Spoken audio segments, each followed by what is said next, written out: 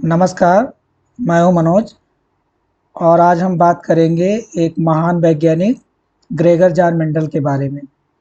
इनको आनुवंशिकता का पिता भी कहा जाता है, यानी फादर ऑफ जेनेटिक्स कहा जाता है।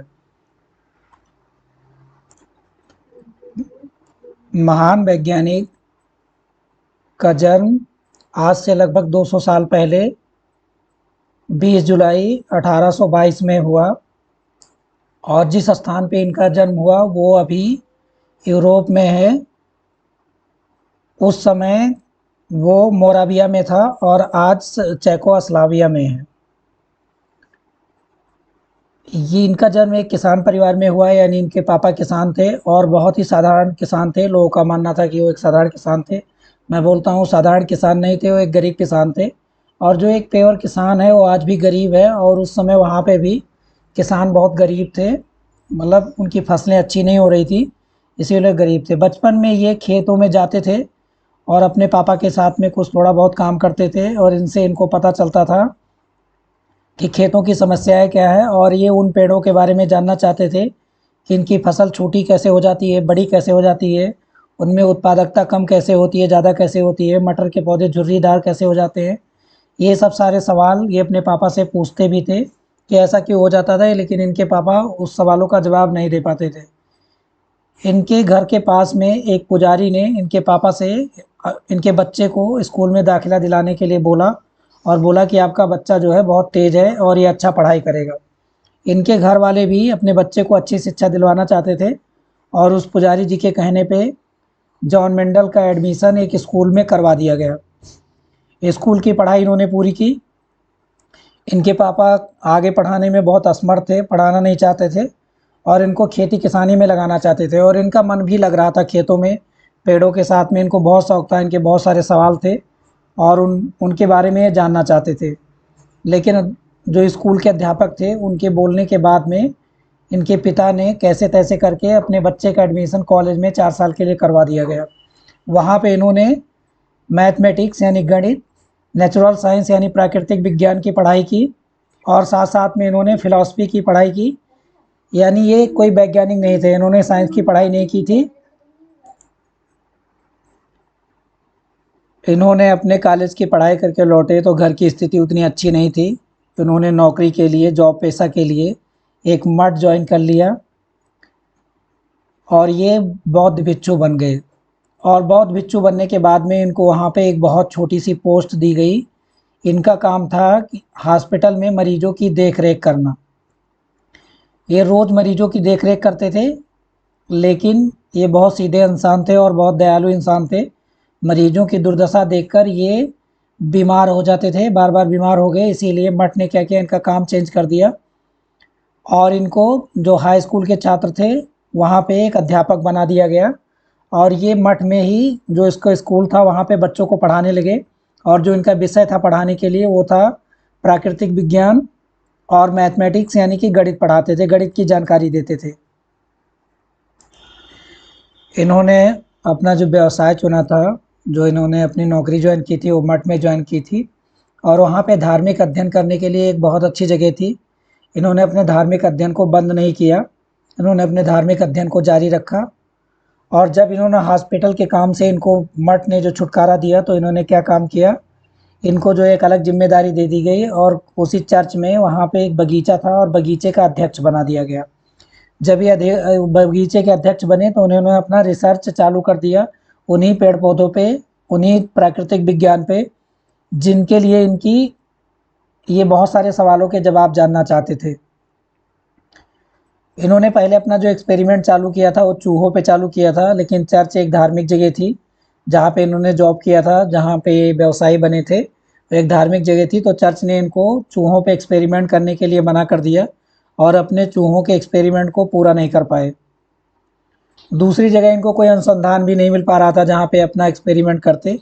तो इन्होंने जो पौधे का चूज किया, जो पौधे का चयन किया, 1847 में इनको और थोड़े इनके पद को बढ़ा दिया गया। इनको एक नई जिम्मेदारी दे दी गई क्योंकि ये अपने जो धार्मिक अध्ययन था उसको जारी रखा। जो इनके दोस्त थे जो और दूसरे बौद्ध भिक्षु थे उनके संपर्क में रहते थे, तो ऐसी टाइप की बातें ये लोग हमेशा सीखते रहते थे। इन्होंने अपनी ज़िंदगी में कभी सीखना बंद नहीं किया। लोग क्या करते हैं, अपनी पढ़ाई पूरी करने के बाद में सीखना बंद कर देते हैं, लेकिन इन्होंने ऐसा बिल्कुल नहीं किया और 1847 में ये वहाँ के मठ के पादरी बना दिए गए, यानी कि पॉप बना दिए गए।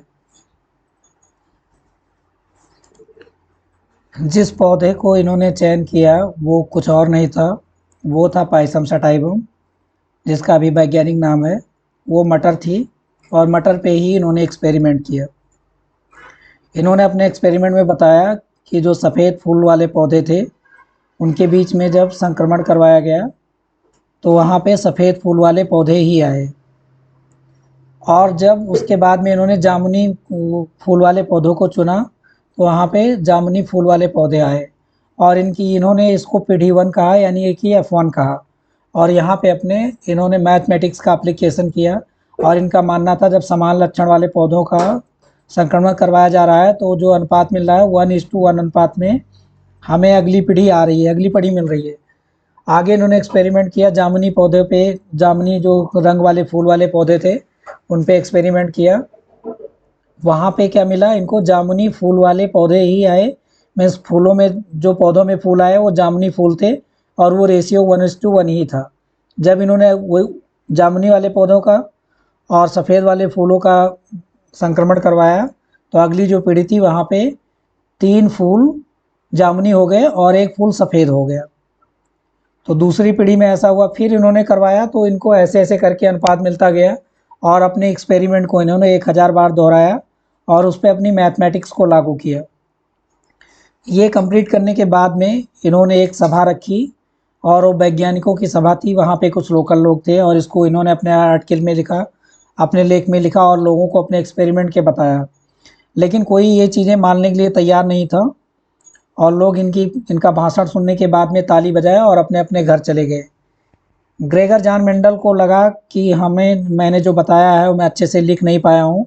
इन्होंने उस चीज़ को दोबारा से लिखा, और वहाँ की लोकल पत्रिका, साइंस की जो पत्रिका छपती थी जर्मन भाषा में, वहाँ जर्मन भाषी लोग थे, जर्मन भाषा को बोलने वाले लोग थे, उसी में छापी गई और वो प्रकाशित भी हुई। लोगों ने पढ़ा भी, लेकिन कोई यकीन नहीं किया। इन्होंने दोबारा भी लोगों को बुलाया और दोबारा से उस अपने रिसर्च को, जो इन्होंने शोध किया था, जो इन्होंने एक्सपेरिमेंट किया था, जो मटर के पौधे उगाए थे, वो लोगों को बताया, लेकिन लोग मानने के लिए तैयार नहीं थे। जो इनकी पत्रिका थी अभी धूल में चली गई। बाद में ये थोड़ा निराश हो गए, और इनके जो साथ के बौद्ध भिक्षु थे, जो इनके साथ वाले लोग थे, उनसे इन्होंने कहा कि एक ना एक दिन ऐसा ज़रूर आएगा जब लोग इस मेरे एक्सपेरिमेंट को, इस मेरे प्रयोग को लोग समझ पाएंगे, और अभी ये लोग समझ नहीं पा रहे हैं।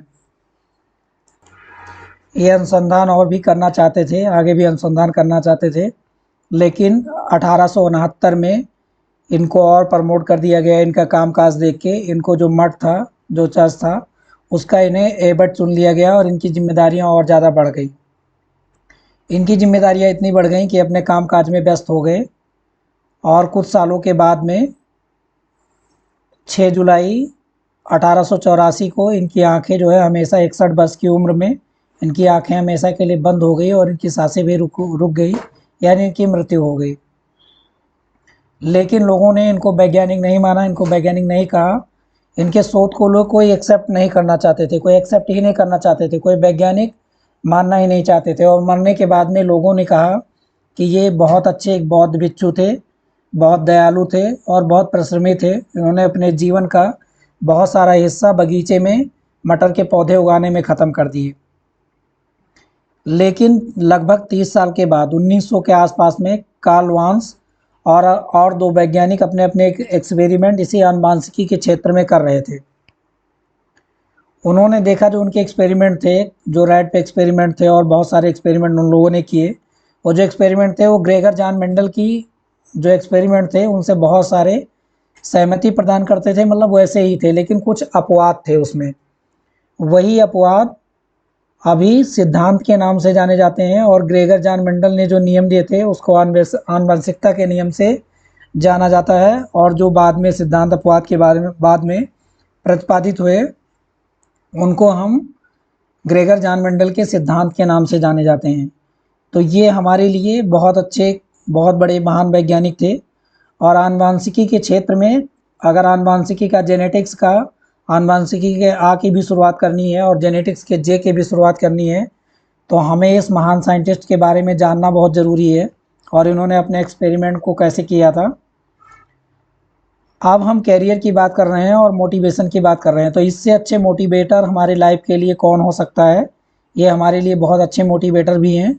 और अगर हम कैरियर को समझना चाहते हैं यानी किसी बच्चे की ज़िंदगी को यानी अपने खुद की ज़िंदगी को समझना चाहते हैं तो हमें अपनी पिछली पीढ़ियों को भी समझना होगा और उसके लिए कौन कौन से कारक जिम्मेदार होते हैं। तो जी बहुत सारे दार्शनिक ऐसे हुए हैं जिनका मानना ये है कि हमारे करियर के लिए, हमारे ज्ञान के लिए, हमारी शिक्षा के लिए जो सबसे बड़ा फैक्टर है, जो सबसे बड़ी चीज़ है वो है हमारा जेनेटिक्स यानी आनुवांशिकी।